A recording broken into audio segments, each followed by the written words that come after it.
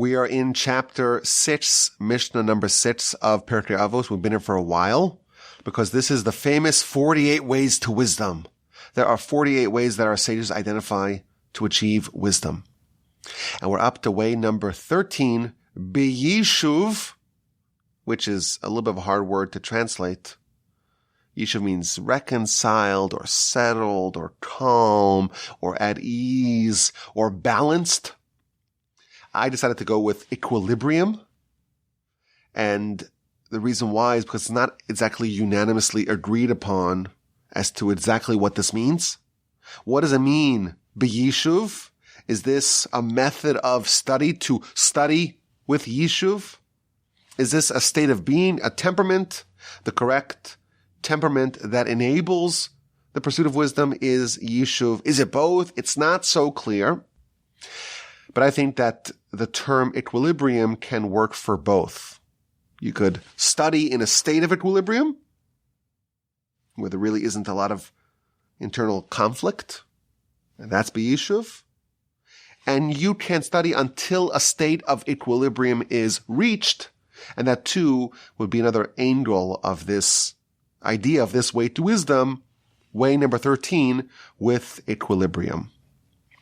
Now I want to explain what I mean by this, and it's a bit of a deep idea, so please listen carefully. Humans, I hate to say it, are complicated. Despite nominally being all members of the same species, humans disagree on a great many things. In almost every area of life, everyone seems to arrive at a different conclusion. The polls are not unanimous. And that's on a population-wide scale, on a society-wide scale. But us being complicated, it's even more granular than that. Even within a single person, there's often conflict. There's uncertainty. There is a lack of clarity. Sometimes I think that this is the right approach, but sometimes I think that the opposite is what I should do. And sometimes I feel like this, and sometimes I feel like that, and sometimes I behave like this, and sometimes I behave in a way that is exactly in opposition to the way I behaved yesterday. So even within a single person, there is conflict, there is obfuscation, there is conflicting ideas, and conflicting thoughts. We're not a monochromatic, stable species. And of course, we know the reason. A human's not a single thing. There are a lot of cooks in the kitchen, as they say. If we would take every part of the human and kind of separate it out, if we just take the body and remove any other forces, it's much less complicated because the person would be very similar to an animal. And with animals, if you could poll animals, you'll find a lot more consensus. Now, if we take the other part of humans, the soul, and we can remove any vestiges, any remnants of physicality, of baseness, of corporeality, and we just poll the souls, again, you'll arrive at more consensus. It's like angels. They agree. It's only because we humans, we're hybrids. We're half angel and half beast. And by the way, the ratio of those two is in constant flux. That's why we're so complicated. We're half angel and half beast. And therefore, there are more than one identities that capture who we are. And the truth is, that's not even a completely accurate way to describe it. It's even more polarized than that. Humans, not just a half angel, half animal. On our angelic side, we're way loftier than angels. But if you isolate our physicality, our animalistic side, we're capable of being more heinous, more ruthless, more cruel, more violent, more vile, more malevolent than the worst beasts imaginable.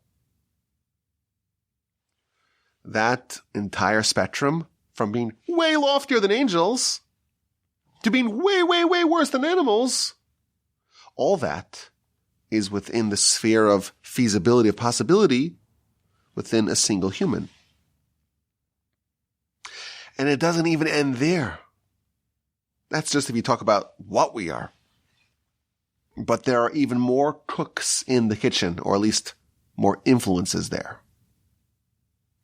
Our confusion, our lack of clarity, the complicated nature of humanity, it's not just about, oh, we have a soul, we have a body, and therefore there is conflict. Our confusion is also a byproduct of what is influencing us. We have opposing forces trying to sway us in this direction or that. Of course, we have the Yetzer Hara, the evil inclination. It's not part of who we are. But it is a force that operates both within us and outside of us, trying to pull us in the direction of our physicality and away from our eternal selves. But we also have a conscience, and we also have a heart, and we also have an intellect, and we also have a Yetzer Tov, a good inclination.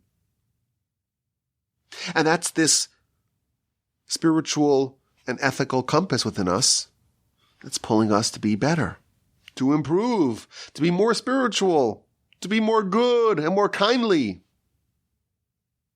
And of course, that's just within a person. There's also external factors, people in our lives, good and bad, the neighbors, the society. Our sages tell us that man is a small world. And when we say man, we mean mankind, humans. Just like the world is complicated, lots of different things happening. All sorts of variables and factors are in the world.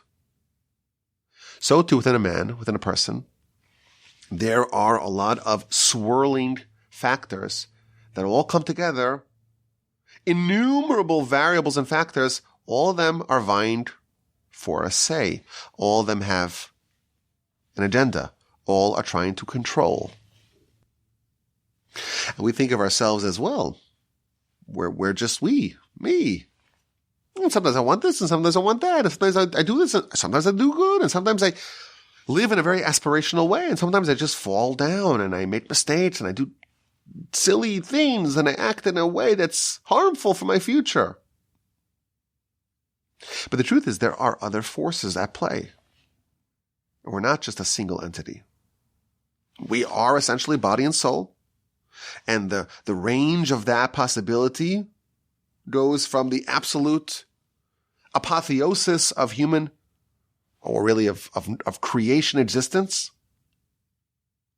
The verse tells us that mankind is one notch less than God. Of course, God is a creator. We are a creation. But Moshe, the greatest human of all time, he's greater than all the angels. The Midrash memorably tells us that when it came Moshe's time to pass, all the angels came to try to claim Moshe's soul. And they couldn't overpower him because he was more powerful than them. Even the fearsome angel of death left Moshe's presence quaking in fear. Moshe was greater than all the angels because he lived, he existed, he identified as the most pure, unadulterated, holy, elevated soul.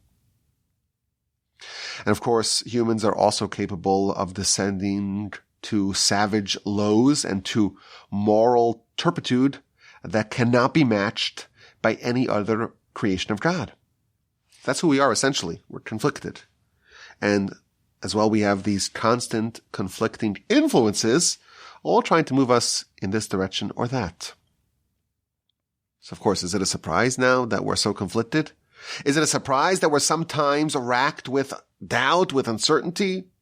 Is it a surprise that we can have different feelings and different attitudes about different things at different times? Humans are a mess. And the way this is resolved, the way this is upgraded, the way this is elevated, it's the ace up our sleeves. It's Torah. Torah was given to us to help us elevate ourselves, to upgrade ourselves, to refine ourselves. And that's just this complete truth, the will of God. And by us superimposing God's will upon ours, we're cutting through all the nonsense, all the noise, all the smoke and mirrors, all the confusion, all the uncertainty, all the doubt. And we render ourselves compatible with the Almighty. And we allow the Almighty to mold us, to mold our perspectives, to mold the way that we think, to mold the choices that we make. We have a simple system, a simple matrix. If the Almighty, the only source of truth, the only creator, if he tells us to embrace something, we know exactly what to do. If he tells us to reject something, we know exactly what to do. If he assigns value, priority, importance to a certain thing, that's a guide for us to do the same. Torah is the means by which we upgrade our operating system from this confused, jumbled mess that we start off with to achieving clarity and elevation and becoming the best possible selves and accessing that potential that we have. How is that done? That is done with way number 13.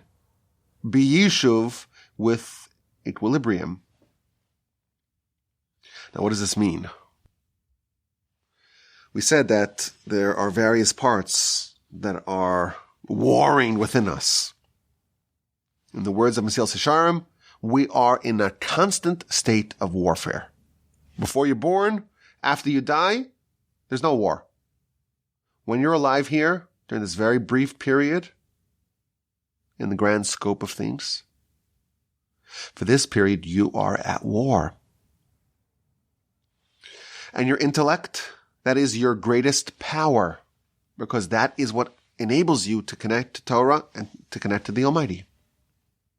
And your instincts and your emotions, that can lead you astray.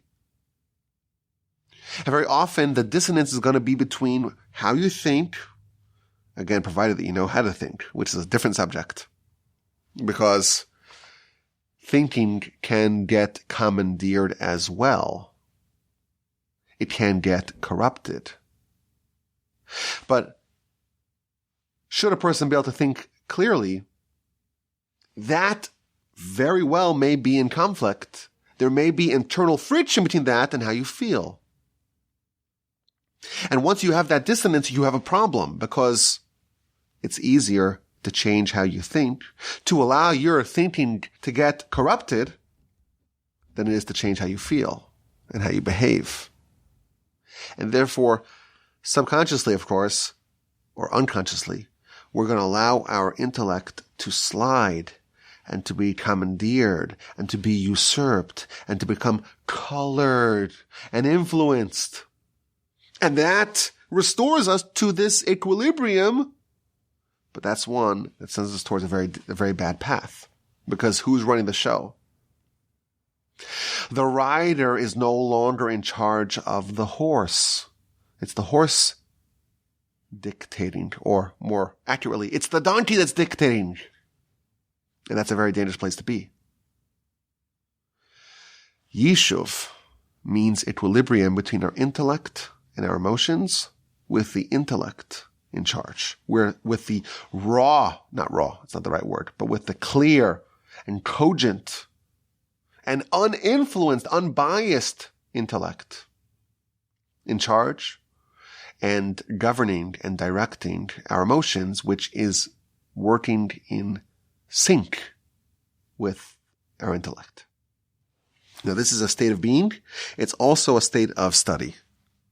The verse tells us, this is in Dvarim, chapter 4, verse 38. V'yadata hayom v'hashevosa el levavecha.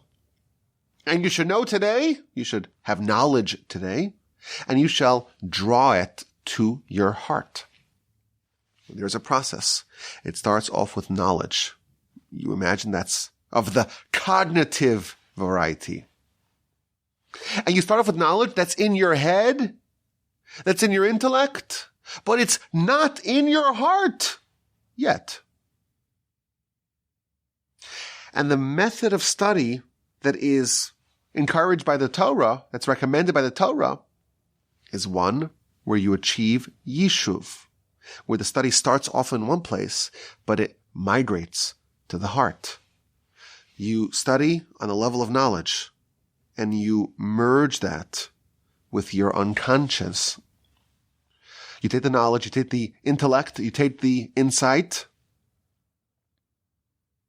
and you draw it down, and you make it active in the emotional parts of who you are.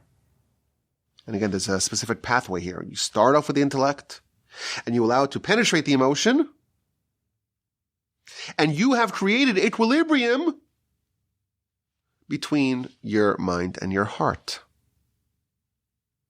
And now, what do you have? You have Torah that's been studied in a very different way. It is embedded within you, even in the parts of your being that are beneath your conscience. It's a big problem to study, but to kind of divorce your life from what you know, from what you've acquired intellectually. That's the kind of study of Esav. Esav's head was buried in the cave of the patriarchs because his head was indistinguishable from the heads of the other luminaries who lived there. The problem is that his body was not eligible to be buried there as well, because he did not study B'yishuv with equilibrium. And therefore we have to train ourselves, whatever we study, to make sure it filters down to who we are. It informs our behavior. It influences how we actually live our lives. And it resolves the tension that maybe had previously existed between our mind and what we know, what we learn, and how we live, our head and our heart.